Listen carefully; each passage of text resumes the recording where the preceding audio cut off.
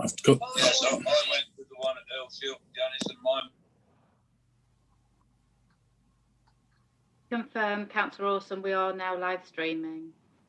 Right, thank you very much. We've got Alan with us as well. That's great.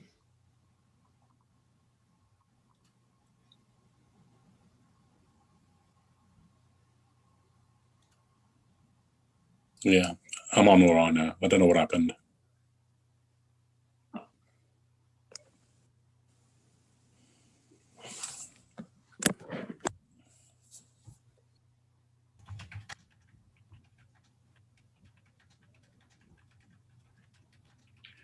Okay, by my iPhone, it's 4 o'clock. So to welcome to today's meeting of the Cabinet, Wednesday, 9th of February. For the purpose of the record of attendance, I confirm that the following members are present and participating in this remote meeting. Councillor Freya Jones, Councillor Lee Higgins, Councillor Alan Pearson. We also have the following councillors, external participants in attendance. We have Councillor Cumbers, Councillor Binlos, Councillor Evans and Councillor Douglas. Welcome to all four of you. Any member participating by remote link who declares an interest in any item of business in terms which requires them to leave the room must ensure that they cannot be seen or heard during the agenda item. This shall be confirmed by Democratic Services. The member of staff will thereafter confirm to the remote member when they may rejoin the meeting. Should any aspect of the conference link fail during this meeting, I will call a short adjournment of up to 5 minutes to determine whether the link can quickly be re-established. If the link cannot be re-established, the meeting shall be adjourned to a later date. In the event of link failure for individual members, the remote members will be deemed to have left the meeting at the point of failure of the equipment. And if the link cannot be re-established before the end of the meeting, then the presumption will be that the meeting should continue to deal with the item, providing the meeting remains quorate. Should the meeting no longer be quorate, the meeting shall be adjourned and any remaining items of business will be deferred. If the individual member's link is successfully re-established, then the remote members will be deemed to have returned at the point of re-establishment. I would ask members to indicate their wish to speak by raising their hands using the raise hand tool on Zoom. I will then invite each member in turn to make their contribution to the debate. Before proceeding to the vote, I will ensure that all members and officers have no further comment by confirming that no hands are raised. I will ask each member to indicate when asked whether they are voting for, against, or abstaining. This will be recorded by Democratic Service officers who will confirm the outcome of the vote. Any member who has been absent for the debate on a particular item due to link failure must abstain from the vote on that item. I move to apologies for absence. We have Councillor Ronnie de Burl. I do understand Councillor de Burl may be watching through YouTube, and I understand Councillor de Burl's had a successful intervention by Queen's Hospital last Saturday, and good luck to you, Councillor de Burl, and we'll see you back in action any day now, I'm sure. Moving to the minutes of the meeting, I'm happy to move the minutes, and I look for a seconder. Councillor Higgins? Okay, members, are you all happy with that, please? Councillor Freya Jones, Councillor Pearson? Councillor Higgins is, I am. Councillor Alan is as well. Yeah, thank you very much. Hope that's recorded, Natasha. Yes, Thank that's you. approved, Councillor. Thank you.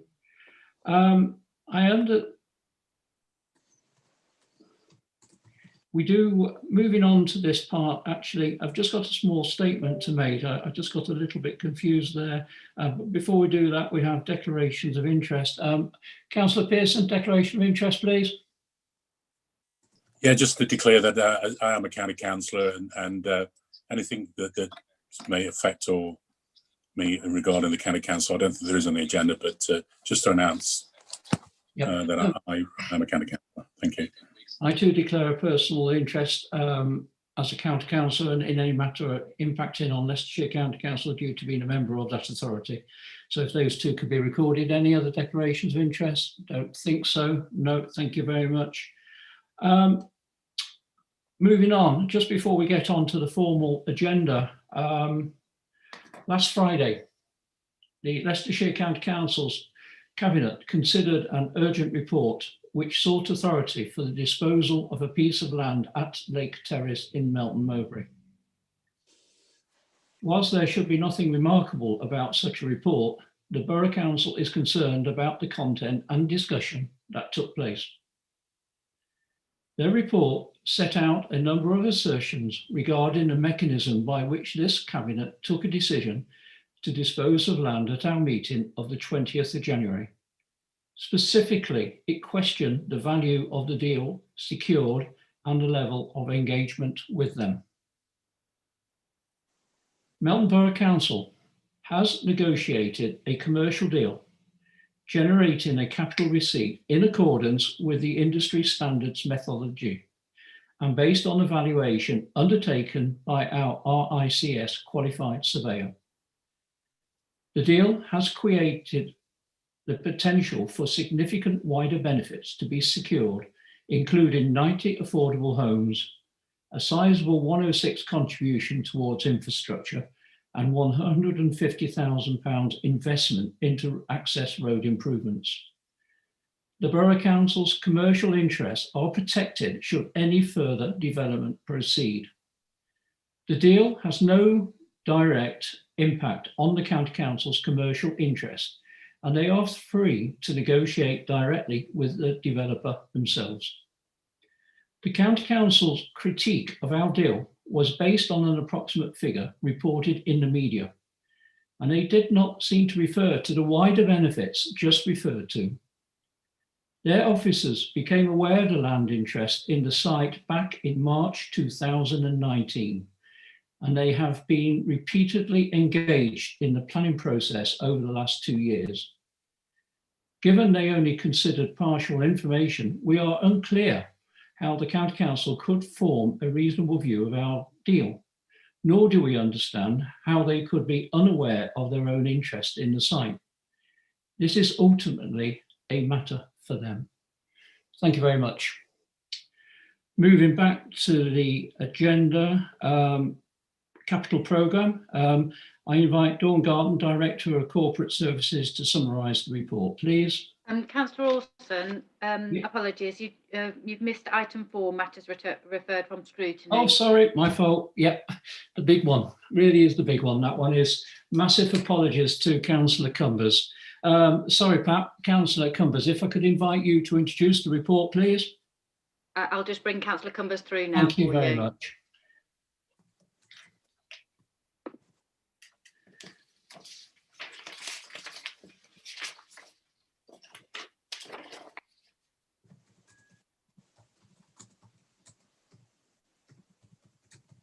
Can you hear me now? I lost the internet for a moment. Yep, very clearly, Pat. Thank you. Right, thank you. Yeah, thank you, Leader. Yeah, this is the second time since May 2019 that Scrutiny has held a special budget meeting, which has allowed every member of the council to ask any questions about any item to do with the finance. And it was good to have a lot of interest and a good number of questions. What I must say about the actual budget, it's taken months of work by Dawn and her colleague, her team, and they've done a fantastic job over the last year with all the additional work as well caused by the pandemic. So I think we're lucky to have such a wealth of really good experience. And of course, as well, I know how much time and effort that Ronnie has been spending on financial matters. So I think the paper with our comments, I think that's a good sort of summary. I've read the responses from the cabinet, and I'm interested. I don't necessarily sort of agree with everything that's been said, but I think it was a good opportunity for us, the rest of us, to be looking at what's going on with the money, because the money really is almost everything. Without money, and we could do nothing. And I think we're lucky to have such experienced people watching the money. Anyway, this is the report. I hope you've read it. I expect you've read it. And I think you've all done a good job. Thank you. Okay. Well, thank you very much, Councillor Cumbers, and thank you to you personally for chairing scrutiny. I say every time scrutiny is mentioned, Cabinet's only as good as the scrutiny it gets. And what I can say is you've done a great job. Sorry, when I go down this list, I didn't realise we were challenged on quite such a long list, to be honest. Some of it was very easy to answer, and some of it was more difficult. And as you well know, Chair, we had to go back to take advice from officers, certainly on one question, I remember, on the 6,500 for the Christmas decorations. If you could pass our thanks to all your scrutiny members for us for doing such a diligent job, and certainly in the run-up to scrutiny, I'm well aware there was a great deal of member interest in the scrutiny that the Cabinet received, and that is really genuinely congratulations to the scrutiny panel for raising that profile of your committee. So well done. In some ways, Pat, we won't be human if you just agreed with all our answers. But as long as we're not a mile away from what you wish to see from the answers, that's the important bit. And I think there is a massive consensus there. There's no doubt about it. Scrutiny, like Cabinet, by the way, still in its infancy. We're both still learning, as you well know, but we've both come an awful long way since we first started. And we will keep learning. And to be fair, I doubt whether we'll ever quite get it perfect, because the human instinct in all of us is still to try and find that improvement, isn't it? And that's what keeps us all going. So a massive thank you. You raised awareness of that. You raised awareness in the community because of the work that the scrutiny panel has done. So thank you very much to all of you. And also, importantly, thank you to the finance officers for getting back in an appropriate time to the scrutiny committee. I recognise it was an extra load on them. It's a very busy time. Budget time is always very busy, but a great team in finances. Thank you very much. And I'm speaking on behalf of all Cabinet members here, Councillor Cumbers. Thank you, Leader, and thank you for those very nice words. And yes, I'm sure that those members who are not here today will be really pleased to hear what you've said. Thank you very much. I can see you. I think you've got Councillor Evans are on scrutiny. I can't remember if Councillor Douglas is on scrutiny or not. Yeah, and Bindloss. Yeah. Okay. So you've got full house there then. Just yeah, not many missing. It's interesting as well. Those three councillors, Bindloss, Evans, Douglas, they always join us at Cabinet like you do. So that goes to show the keenness and the interest that the four of you have for scrutiny. And can I just say, just quickly, I'm always reminding members the importance for scrutiny to know what's going on in Cabinet. It's no good sort of sitting back. We've got to know what's planned and what you're doing, the decisions you make, because without that knowledge, we have nothing. Yep. Well, the forward plan is always published, as you well know, in the appropriate time. It's important members do check that out and then follow anything through. So thank you again to all of you. And thank you, Leader. Thank you. Hopefully you'll join with us for the rest of the meeting. I shall do, yes. Excellent, yeah. Moving on to the capital programme 2020-25, General Fund and Housing Revenue Account and Capital Strategy 2021-22. I turn to Dawn Garton, Director for Corporate Services, to summarise the report, please. Okay, thank you, Leader. And I'd like to thank you and Councillor Cumbers for the kind words, and I'll pass those on to the staff accordingly. Thank you.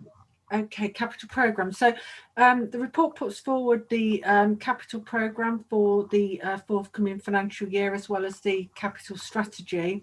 The strategy sets out the forward projections over the medium term and the aspirations that must be considered by the council alongside the budget and the associated reports. It links to the Treasury Management Strategy and also the revenue budget elsewhere on the agenda. The capital programme for General Fund and HRA services and the proposed funding is also put forward for approval. It's a modest programme with regard to the General Fund that's being proposed, and that's reflective of the need to update the asset management plans, including these stock condition surveys, and which are key actions set out in the strategy. Future resources available to support further capital aspirations will be influenced by the asset development programme and the availability of capital receipts in the future.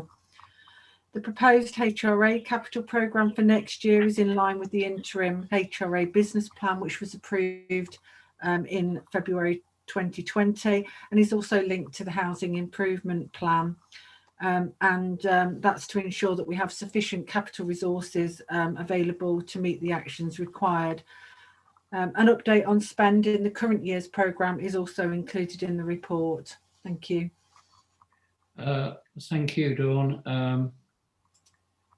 One moment.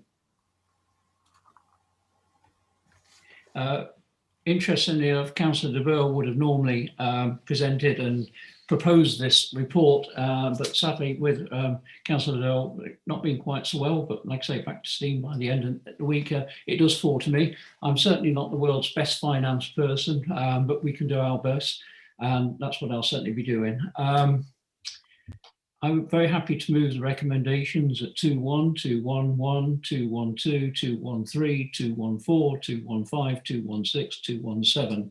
And like I say, pleased to move the recommendations. And just to point out, whilst a modest programme for the General Fund, it has a good balance of projects with expenditure on IT, recognising the keep our IT infrastructure up to date.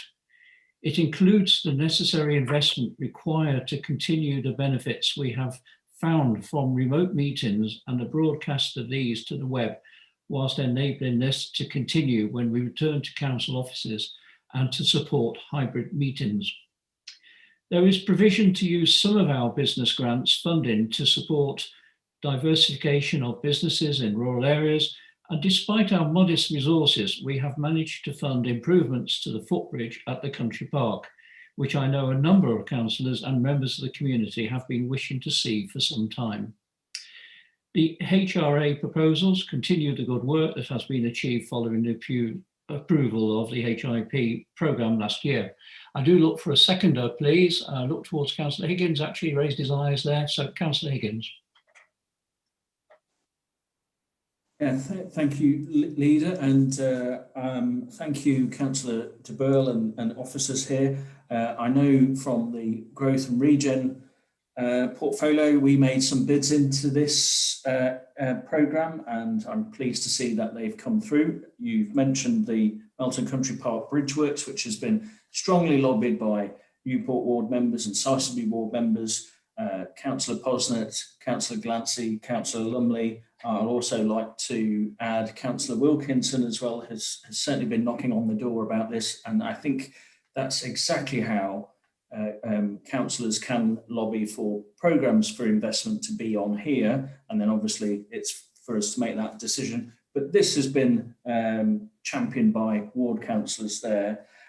Just the other thing which I'm really pleased about and the improvement on this is, as you know, Leader, we were elected on a mandate to support our rural pubs, and in the rural areas that was an offering we did there, and a programme of £90,000 over 3 years to our rural pubs for diversification. If they some are converting old bottle stores to holiday lets at the moment, some are considering B&B offerings. And then all of a sudden COVID came to pass, and unfortunately at the moment they are closed. But this scheme has not only survived, it's now modified to a wider business diversification grant, and I'm pleased to see it on here.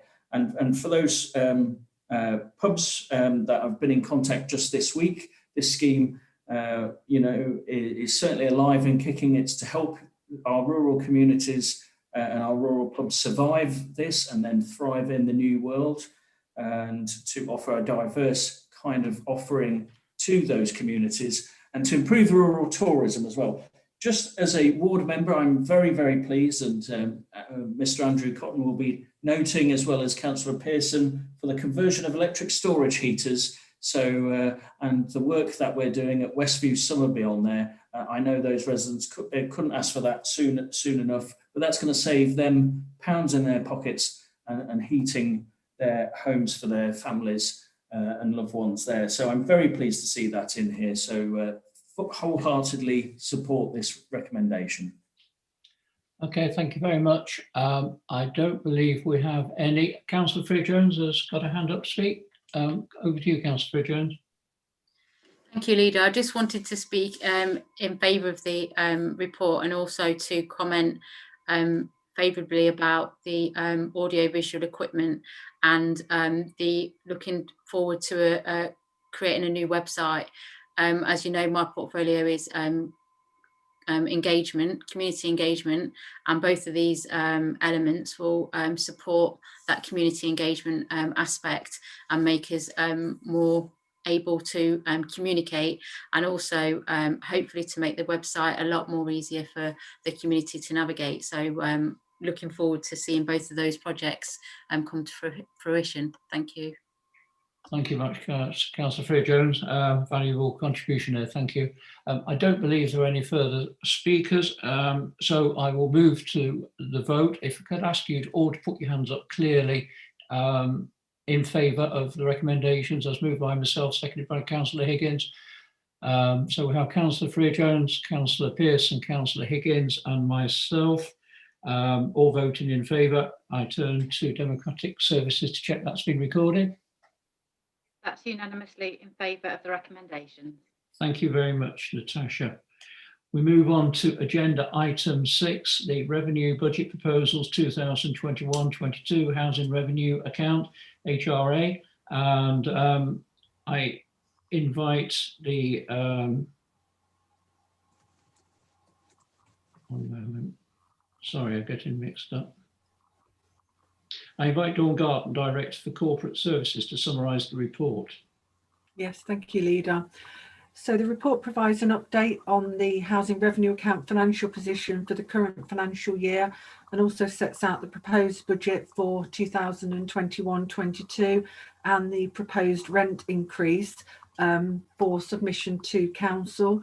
The proposed rent increase is an average of 1.49%, which is in line with the government's policy of consumer prices index plus 1%.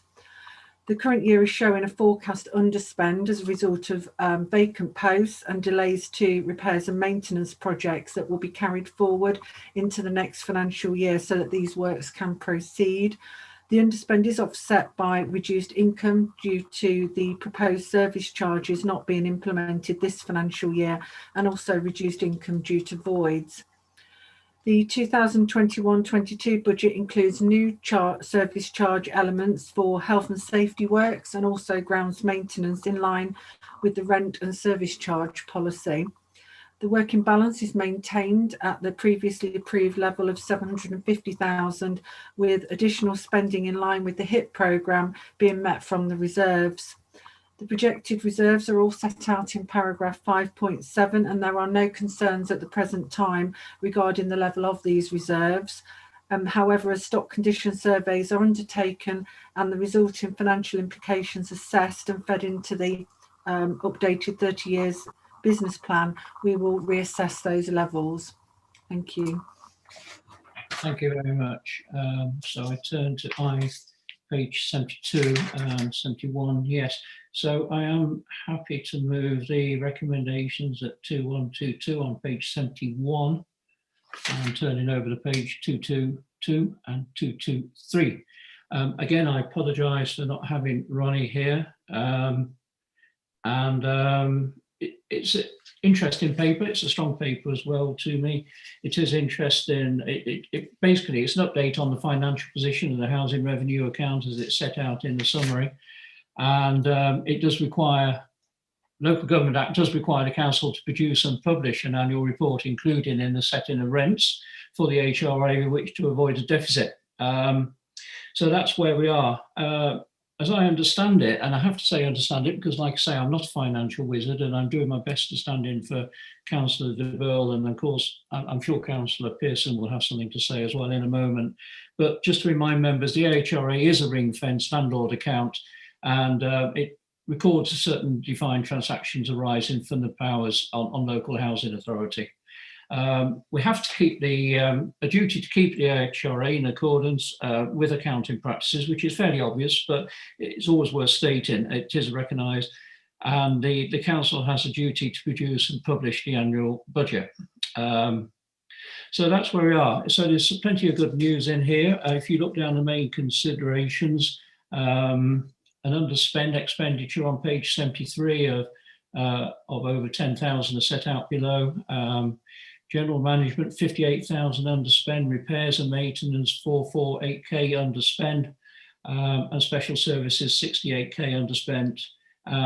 Rents, rates and taxes, 36k overspend.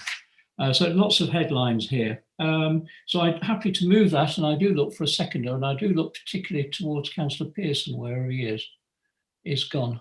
No, he isn't. No, I'm here. Yeah, definitely second that, yeah, but yeah. I can add things as well. If you don't mind. Yeah. Just to clarify, just to support the comments here. First of all, the HRA is what it is. It's ring fenced. It's we're well. If you read the figures, we're fine. It's well in line. But of course, when we look at programs such as day-to-day repairs, we do when we can. But it's more of the more of the capital programs such as the repair, maintenance of windows, bathrooms, we've had to put a hold on because invariably we've got no chance when it comes down to COVID and some of the issues we've faced there. So for tenants and that are listening and the public, that's still online. That will be happening, but it's part of the program. One of the most important things has been the rent service policy. I think it's been very transparent.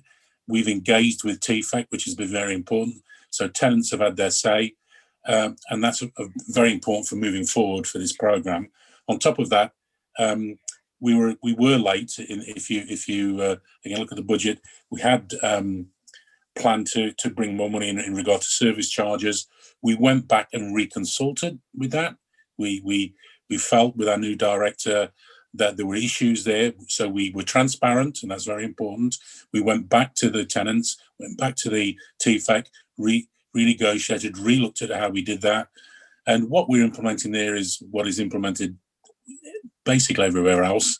It's common sense that there is some charges to people living in some of our accommodation in regard to health and safety, in regard to fire risk assessments, and other aspects of living in a community such as units and flats. So one of the things that we've done that's going on is a review of the business plan. Andrew took over that, and I know he's been working with Dawn on this in regard the next 30 years. So it's not year to year. We're taking a long-term plan, which is common sense. You're all aware that a lot of our residents, I think recently we had a resident who had passed away sadly, and I think lived 60, 70 years or something in one of our housing. So we have tenants that live with us and stay with us for a long, long time. So it makes sense that we do have a more of a long-term plan, and it can be reviewed every 5 years, but it's not a year-to-year thing where it's knee-jerk reaction. We have a plan, which I'm very happy about, and that will be completed in the near future. One thing to take into consideration, we've had the white paper, and we were all aware this affects the budget, of course. It affects how we work with our tenants and how we work with them. We are landlords and we're responsible, but it's a two-way street. We're putting policies in place where our tenants have responsibility as well. But another area that we need to keep an eye on is in the white paper, which is going to be a challenge in the future, is the energy efficiency of our properties. A lot of our properties are old, so we've got to look at that. Plus the zero carbon. There's a target there in the future, which means removing gas boilers, etc. So these are some challenges we've got in the future. But I think the last 12 months we've done a remarkable job. Andrew and the team, we've worked really hard with support from Ed and everybody else. And I think we've really turned this area around. And I think we continue to keep an eye on things. So I'm quite excited the next 12 months. And I believe with this energy and vision, we'll have some of the best housing in the East Midlands in the near future. Thank you. Thank you very much, Councillor Pearson. Just before I hand it out, I will say that I have heard one of the members, he did send me an email actually and said that he can see the green shoots in housing. To be honest, I was disappointed with that. Green shoots, I mean, just think where we've been in the last 15 months. We've gone from next to no housing to department to something that's really good, something to be really, really proud of. And to have someone say green shoots was, like I say, disappointing, I have to be honest. I was taken back. An experienced councillor too said that, but that's where we are. Well, Joe, can I just say thanks to you as well, because you've chaired the Housing Improvement Board. That was an important board that you put in place to oversee this. That not a lot of this wouldn't have happened. We discussed it, it was transparent, and you chaired that meeting. You put it in place, and a number of people sitting at this meeting now attend the HIP. But the HIP has been very important, and it's been integral to us moving forward with the support and sharing the good and the bad news, because we've been transparent. So I'd like to thank you as a leader for setting that group up. Thank you. Well, it's Team Melton, as you well know, Alan, really is team leading. And what was important to me at that board, by the way, was that the massive impact TFEC had on that meeting. They started off with the chairman and just one other. And I think at the last meeting, we had 4 members. I looked to Andrew for a nod of yes, or yeah, 4 members came. And I can tell you who had the biggest input to that meeting. It was the 4 TFEC members. And so certainly the board has, it's all just been part of a massive, massive improvement. And so, and then I get a email saying, describing it as green shoots, but hey, you can't win them all, can you? Councillor Higgins.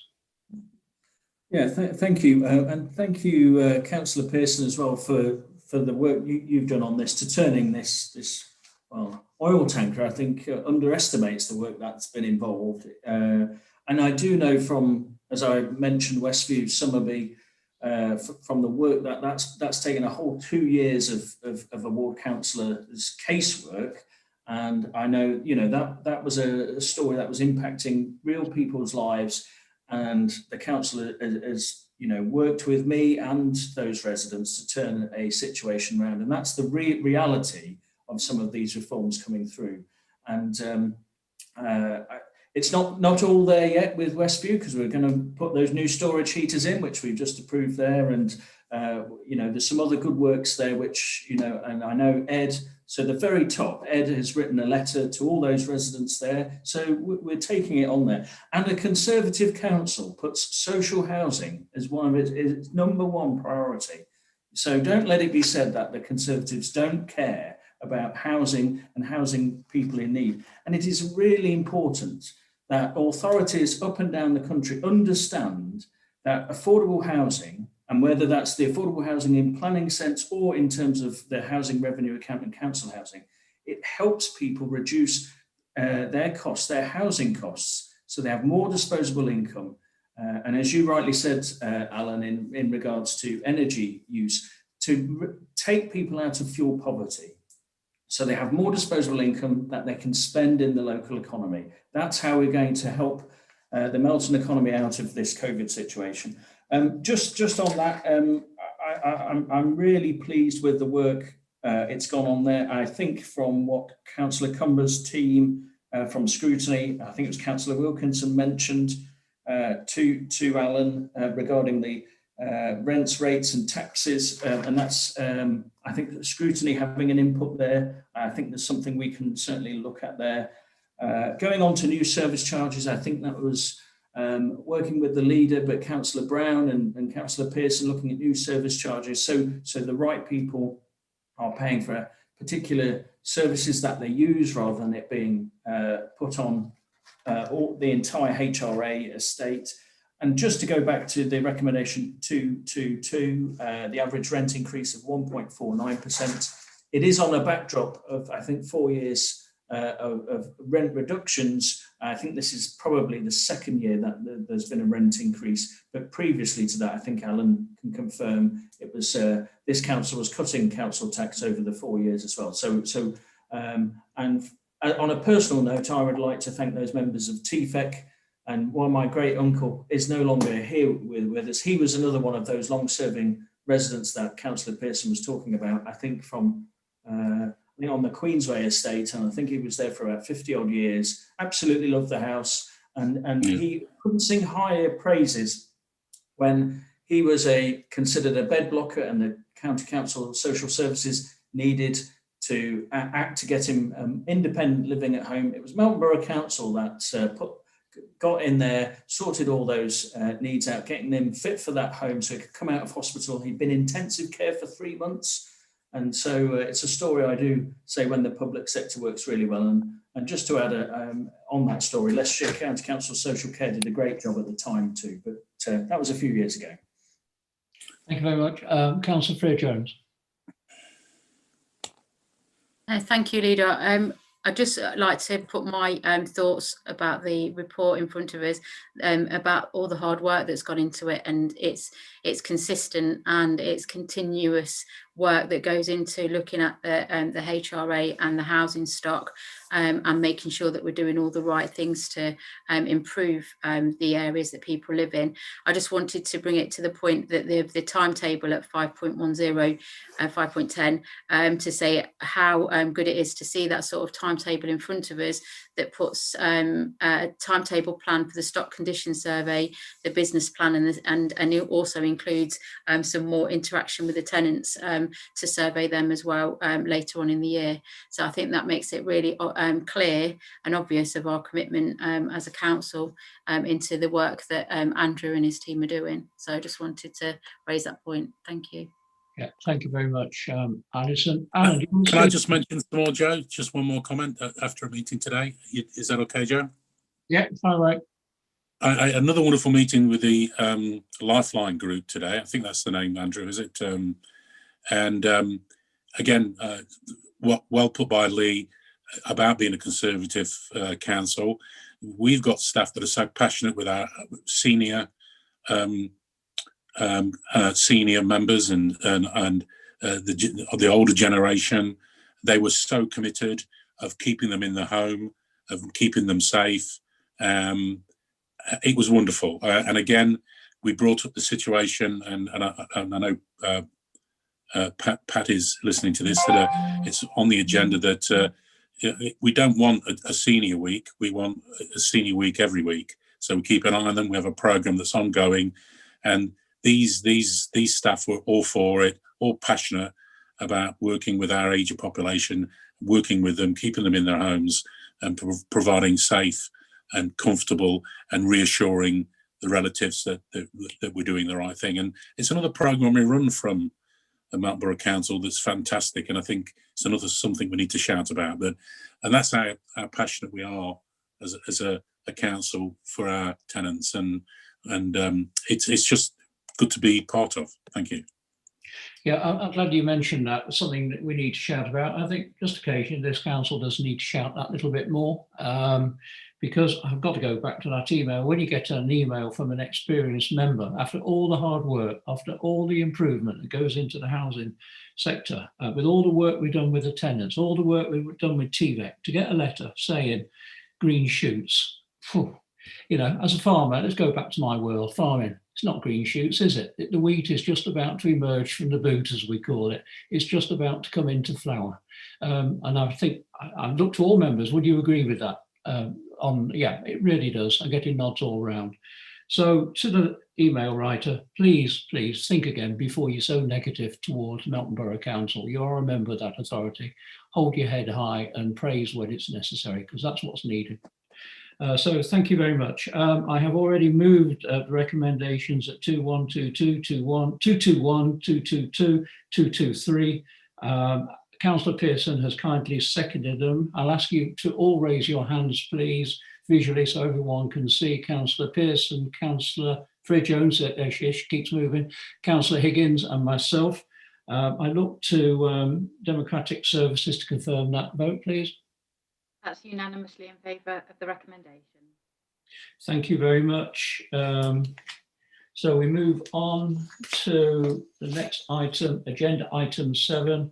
It's the general fund revenue budget 2021-22 and the medium-term financial strategy 2021 to 2024-25. I look to Dawn Garton, Director of Corporate Services, to summarise the report, please. Yes, thank you, Leader. So the report sets out the proposed budget for all general fund council services, the outcome of which will go forward to the full council meeting later this month, alongside the formal council tax calculations, which will set the council tax for all parishes and the precepting authorities as well. We've got a piece in there around the estimated year-end position for the current year for Cabinet's information. And I think it's fair to say, you know, it's been extremely challenging this year due to the impact of the pandemic. And as we got the clarity over the level of government support, this has become easier to manage. However, we've still had to make savings, as members are aware of, just to balance the books this year. However, that's avoided a draw on the reserve, and at the current time we do have a surplus of just over 200,000 forecast for general expenses and a small surplus of 4k on special expenses at Melton Mowbray. But as you're aware, there still remains quite a lot of uncertainty regarding the ongoing costs of responding to the pandemic, and this underspend will provide that cushion and flexibility as we move forward to the recovery, and be able for us to be able to respond positively to the pandemic moving forward.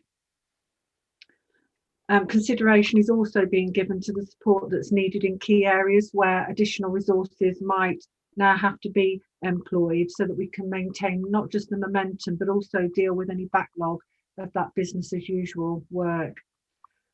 Finance settlement, the final finance settlement has been published, and that's going to be debated in Parliament tomorrow. The papers that have been issued are broadly in line with the provisional settlement that was published just before Christmas, and therefore I anticipate that unless subject to nothing changing in Parliament tomorrow, that we'll not have to make any changes to those estimates as a result of the final settlement over the provisional before the papers are submitted to Council. There is provision in the recommendations for delegated authority to myself to make changes in light of the business rate estimates with the NNDR1 form that has just been submitted, and that will be necessary to exercise that delegation. They won't change the bottom line, but they will change some of the estimates that are contained within the budget. The referendum limit remains at the higher of 5% or £5 or 2%, and a £5 overall increase is proposed. Despite the finance settlement being published, that is only a one-year settlement, and again we have much uncertainty regarding future funding, as members know. So the budget for 2021-22, that aligns with the corporate strategy that was approved in September last year, and assumptions have been made regarding the ongoing impact of COVID on expenditure, but more importantly on the income streams as well, and when they're likely to return to those pre-COVID levels. Utilising the Tranche 5 COVID funding, a contingency has been able to be set aside in the budget proposed to accommodate unexpected COVID-related expenditure and any lost income that's not already been contained within the budget. You'll see in the report at paragraph 443 A number of savings and growth proposals have been put forward for consideration in respect of general expenses, and more detail is contained within the appendices. These have all been incorporated into the budget and the medium-term financial strategy as set out in Appendix A, and there's a lot of the assumptions and risks contained within the report. You'll note that the medium-term financial strategy has forecast deficits for the next 3 years. However, that's with the understanding that review of local authority funding, these could change significantly depending on the outcome of that review and when that takes place. And in recognition of this potential budget gap and the need to continually review the service against priorities and value for money, a financial sustainability programme is being initiated following the budget, and this will consider a range of areas where efficiencies can be made or income generated in sufficient time to inform next year's budget at an early stage. You'll see the position on the reserves is set out in the report, alongside the position of the council set against the SIPA Financial Resilience Index. And this does indicate a level of stress in this area from the historic reduction in the reserves. However, this has now stabilised with a balanced budget being set for 2020-21 and that proposed for 21-22. I'm required to comment on the robustness of the estimates and the adequacy of the reserves, and on the basis of the information available to me at the present time and the information provided by the budget holders and subject to the risks set out in section 9, I am satisfied with these. Thank you. Thank you very much, Dawn, and thank you very much to the whole of your team. Yet again, a huge amount of work you've been doing, and obviously received. I mean, you already heard that Councillor Cumbers, she described the finances. I think she put it, it's everything really, and that's what money is. And you do really prepare a great, put huge work into it. I've always liked your style. Since I first met you, going right back to 2003 now, you genuinely treat the Borough Council's money as your own money. That's how you look at it. And it comes over that the passion for your work is really great. But it's been an extremely challenging year for this council and all councils' finances, to be fair. And we've come a long way since the pandemic started, and especially since we had our first draft budget only last November.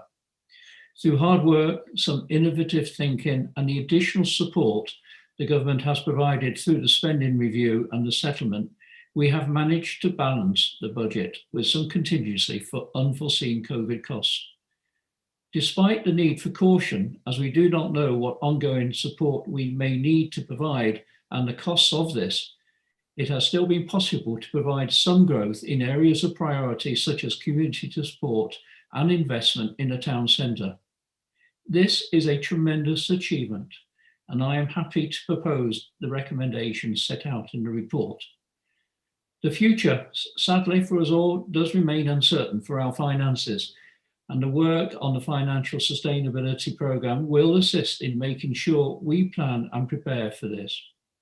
We do not know what support the government will be providing from 2022-23 onwards, and we know that businesses and the community will be needing our support as we move from the response to the recovery mode following the pandemic.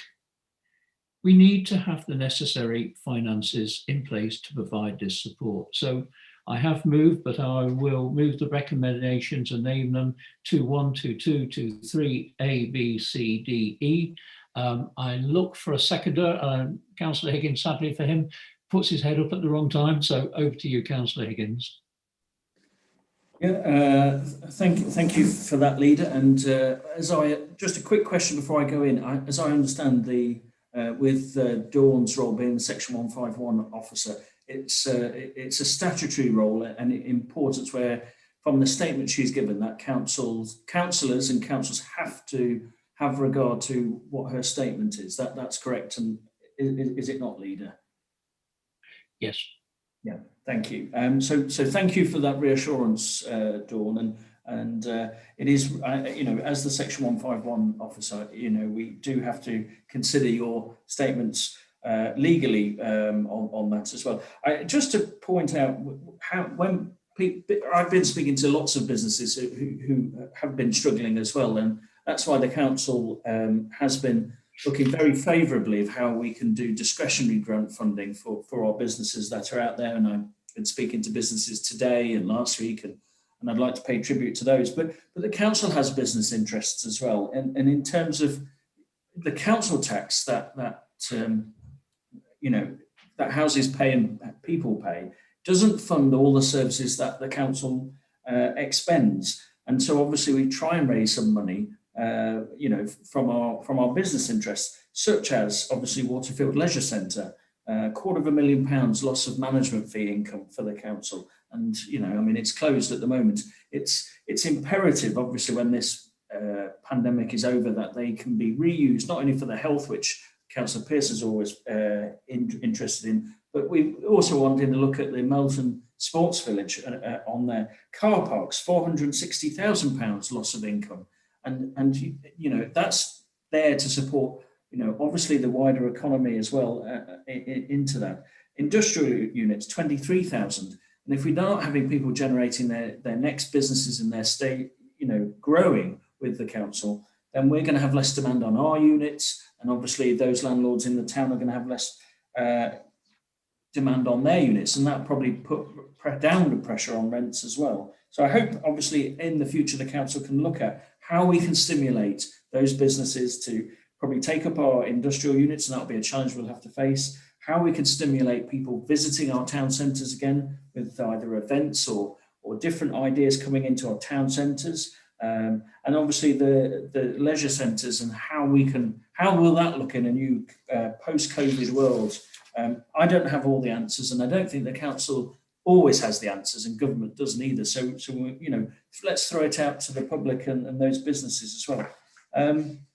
I think as you said, it's a really strong paper, and I think it's not only is it a strong paper, having a balanced budget. I remember when you rang me, Leader, when this first happened, and you were getting the red lines from Dawn, the Section 151 officer, about how difficult it is to run the council and the money. And we were literally, our priority was to help the public first, help our community first, food parcels, making sure people have prescriptions, supporting the businesses. Lee Byrne, I know, was working over weekends making sure those fundings went out. And Jim, I know, had been working days, evenings, weekends, the whole lot, especially when flooding then started to happen. So I think it's not only just this paper, which is a balance sheet and revenue, it's also about the heart of what the officers have done, what the councillors who form an important part of this council have done. And I'd like to pay tribute to all the officers and those councillors who've been involved in this very tough year, and to set a balanced budget when we were having those conversations probably 10, 11 months or so ago. I can't believe we quite have made it. We're not out of the woods yet, but it's been good work. Thank you. Have you seconded it? Oh yeah, I'll second it as well. Thank you. Thank you very much. I don't believe any other members are indicating to speak. I get that it's a straightforward report, although as Councillor Higgins has already said, it's a strong report, but it is straightforward. Excellent report, a huge amount of work put in by the team. So we go to the vote, and I ask you to raise your hands visually, please. Councillor Higgins, myself, Councillor Pearson, Councillor Freer-Jones. I look to Democratic Services to confirm the vote. Councillor Orson, that's unanimously approved. Thank you very much, Natasha. Moving on to agenda item 8, the Treasury Management Strategy Prudential Indicators. I turn yet again to Dawn Garton to introduce the report, please. Yes, again, the last in our suite of budget reports this evening. So this will be submitted to Council alongside its budget at its meeting later this month. And it's a requirement that it be scrutinised in advance, and Cabinet is responsible for undertaking that scrutiny. The document brings together the proposals in the capital proposals, the revenue and the HRA budget and the capital strategy as set out elsewhere on the agenda. The indicators are split in the report between the HRA and the General Fund. There's nothing new in particular to draw members' attention to, so happy to answer questions. Yeah, again, a very detailed report. It's technical paper, isn't it, really? And I'm certainly happy to move the recommendations at 2122, 23, 24. There isn't a lot for me to say because it is thorough and like I say, technical. And if there are any questions, I'll have to hand over to you, Dawn, to answer them. But obviously various indicators which are supporting the narrative demonstrate how well we have managed the council finances in a prudent and measured way. And they show how cash flow is managed to good effect and how well we manage our investments and borrowing in a challenging environment. I'll also mention yet again, which I always do at this time of year, there's a 2 or 3 papers, annual papers, which I always miss the former councillor, Councillor O'Callaghan, which he always used to enjoy, and this is one of them. He always used to cherry pick 1 or 2 highlights out of it, and it was always good to hear his view on them. But I do look for a seconder, please. Councillor Higgins has raised his hand, and Councillor Higgins, are you going to say a few words? It's not necessary, actually, it's fairly straightforward. Not really, just the only other person, because he can't be here. Ronnie, usually, Councillor de Burgh, the portfolio holder, goes through this with such minute detail. We have like a 5 or 10 minute, seance from him to going into all the difference of how the investment is. And I know Councillor de Burgh has a keen eye on the investments there. And I think how it has been managed is there hasn't been any loss on the investment. And I think from looking at the markets as well, it seems as if it's quite a robust plan going forward. Yep, thank you very much. No other speakers are indicating they want to speak, so I ask you all to raise your hands if you're in favour, please. Councillor Higgins, Councillor Freer-Jones, Councillor Pearson and myself. I ask Democratic Services to confirm that vote, please. That's unanimously in favour of the recommendation. Thank you very much. We're moving now on to agenda item 9, the approval of the Community Safety Partnership Strategic Plan. I turn to Andrew Cotton, sorry, Dawn and Andrew. Genuine apologies there. Director for Housing and Communities to summarise the report. So over to you, Andrew. Thank you, Leader.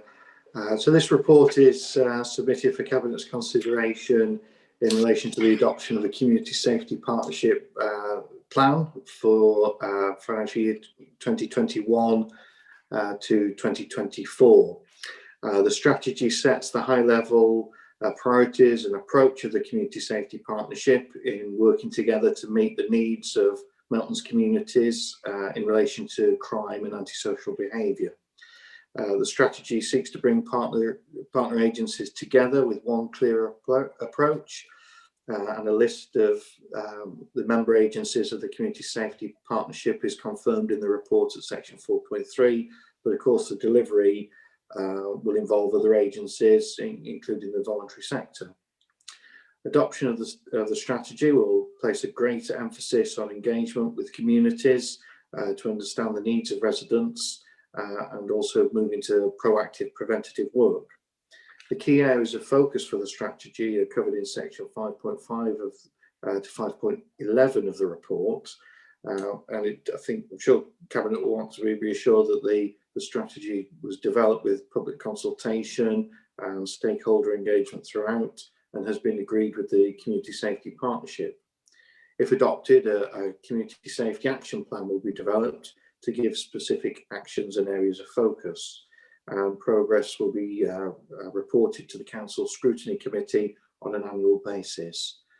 Just to confirm the officer recommendations, Leader, that is that request that Cabinet notes the content of the report and the contribution of the Community Safety Partnership and the direction of travel of that key partnership, and that Cabinet makes a recommendation to Council that the proposed safety strategy be approved. Thank you. Thank you very much, Andrew. I turn to Councillor Pearson to move the recommendation, please. Yes, I'd like to move that. Just to say, add to Andrew, a lot of work's gone into the community safety programme. One of the issues has been that there's a number of county and national programmes, but we looked at it from a Melton point of view, which I'm quite happy with, because what we experience in Melton is not necessarily what they experience in Harborough or Blaby, but we also need to link in with the county and national programmes, because some areas is the same. When we did the consultation, I was very impressed, because we used not just the normal sending out documentation for a survey for people to fill in. We did a narrative approach. We spoke to people. We spent time one-on-ones, which was very, very positive, and I was very happy with that. So it's Melton focus with of course looking at county national focus. One of the areas that has been a concern, just to pick up in when we get the feedback, and I do send some information out to all members from the CSP that I normally send it to everybody about what's going on. The sad increase in domestic violence. To that, we've entered into, I think, a perpetrator program, which I'm really excited about, and that shows you how we focus on issues and try and solve them. And once again, it's a very important area. The CSP, it is about living in a community where we acknowledge and challenge antisocial behaviour. We challenge crime.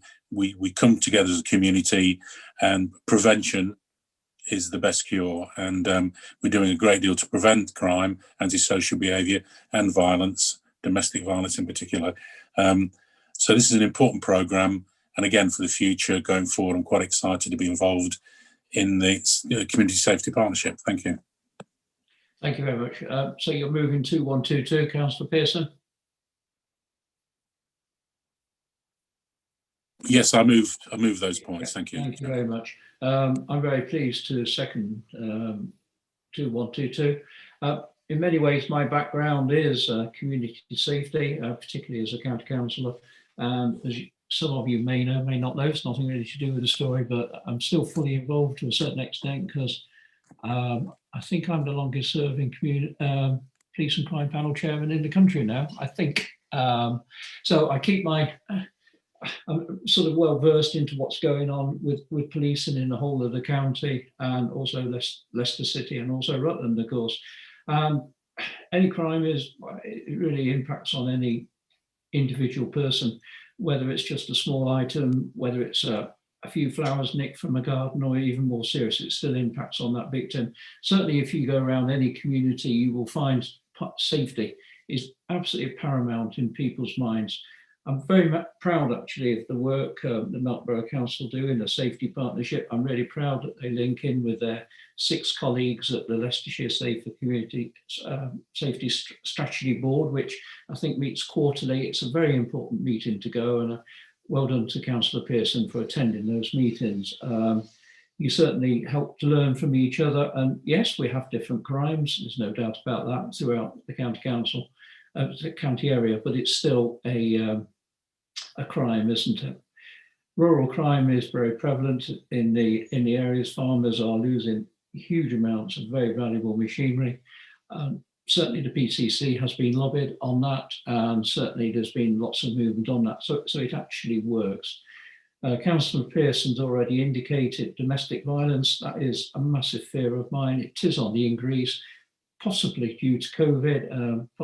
Who knows, but it does seem to be on the increase. It's one of those crimes that somehow it's always massively underreported, and we have to give the confidence for people to come forward to report to the police. And that's exactly what the safety partnership's doing in Melton. So very, very pleased to second Councillor Pearson's 2122. And again, through you, Andrew, if I please pass on my congratulations to the team. Thank you very much. I can't detect any other speakers at this moment in time, so we'll go straight to the vote. Those in favour, please raise hands. Councillor Higgins, myself, Councillor Freer-Jones, and certainly not last and not least, but is Councillor Pearson. Thank you very much. So agenda item 10, allocation of community grants. I turn to Andrew Cotton, Director for Housing and Communities, to summarise the report, please. Thank you, Leader. So this report submits for Cabinet's consideration details of the proposed community grant awards for financial year 2021-22. The grants support the corporate theme of supporting people and are available for community groups and voluntary agencies to make applications for. The criteria for award is set by the policy that was adopted in October 2019, and applications are received and assessed by panel. The full details of the process are given in the main body of the report from section 5.1. We can see from the appendices for proposed recipients of the grants that a wide range of schemes will benefit from the awards, which total over £44,000. The recommendation proposes approval of the awards as detailed in Appendix B, subject of course to the approval of the budget and the use of the remaining balance for some for in-year grants of the remaining budget during financial year 21-22. Thank you, Leader. Thank you very much, Andrew. I turn to Councillor Freer-Jones, portfolio holder for climate access and engagement, to move the recommendations, please, and further introduce the report. Thank you, Leader. Yes, I'd like to propose the recommendations 2.1, 2.2, 2.3, and just say a few words on something that's quite important in terms of one of my areas, the portfolio, which these grants directly impact community organisations and what they're able to do for the whole of the Borough of Melton. There were 15 projects applied for funding, and 12 of those were successful. And those that are unsuccessful, the applicants are offered further help, support, guidance and signposted. Even those organisations that may be part funded are also offered further support and signposting. This is the second year that we've undertaken this new policy, the panel being myself and the leisure, culture, people manager and the community policy officer. They put quite a lot of time into making sure that each application is reviewed in detail, and the merits of which look at the community approach, best value for money, and above all, it's about helping people. And so these projects are looked at in detail to ensure that they are impacting in the community in a really good way. The process is open and transparent. There's a lot of meetings, and I know scrutiny look at the community grants in a lot of detail to make sure that we all councillors are happy with what we're doing. These are outside of the work of the community grants. This is not the final piece of work that is undertaken by these officers. There's more community orientated action that involves lots of community groups. So it's a wider remit than just this one piece of work. So they work really hard with all community groups for the Borough of Melton to make sure that there's a good impact in terms of what Melton Borough Council offer. So I'm really happy to propose this report. Thank you. Thank you very much, Alison, and I'm very happy to second 2.1.2.2.3. Just a very, very few notes, because like I say, you put a huge amount of personal effort into this. I'm well aware of that. And it's that time of year where somehow you never got enough cash. I mean, I'd love to give all the applicants something, but as we all know, sometimes difficult choices have to be made. And, you know, I do congratulate you on the panel. That obviously 3 groups are going to be disappointed, but, you know, to hear you say that you will continue to support them and point them in the right direction was very helpful to me personally. But when I look at the successful organisations, when you just look down here, you know, Access All Areas, Age UK, Beaver Cricket, Citizens Advice Melton, Melton Musical Theatre Company, Melton Tennis Club, Polish Catholic Mission, Sunny Skies Enterprise, Borough Jazz Oasis Preschool and Urban Movement Primary. It really is excellent work. And like I say, there's never quite enough money to go around, but it was interesting to hear you talk about the open and transparency and how you judge each application, how you look for best value. And you mentioned also scrutiny in that process as well. So congratulations to you. There are no other speakers, I believe. at this moment in time, so I'll go straight to the vote. Those in favour of the recommendations, please raise your hands. Councillor Pearson, Councillor Higgins, Councillor Freer-Jones and myself. I turn to Natasha to democracy. How's that recorded, please, Natasha? That's unanimous approval of the recommendation. Okay, thank you very much. That brings us to the end of the meeting. I will have to just say one more time because it has annoyed me greatly. How good it is to have a cabinet meeting. It's positive. Because when you've had that letter, like I've had from an experienced member, just talking about green shoots in housing after all the work that's been done, it was just soul destroying. I just thought it was awful towards all the hard work that the officers have put in, all the hard work that Alan and his team have put in as well. So to come to cabinet, you're all positive. That's great. We've got a lot to be proud of at Melton. So thank you very much.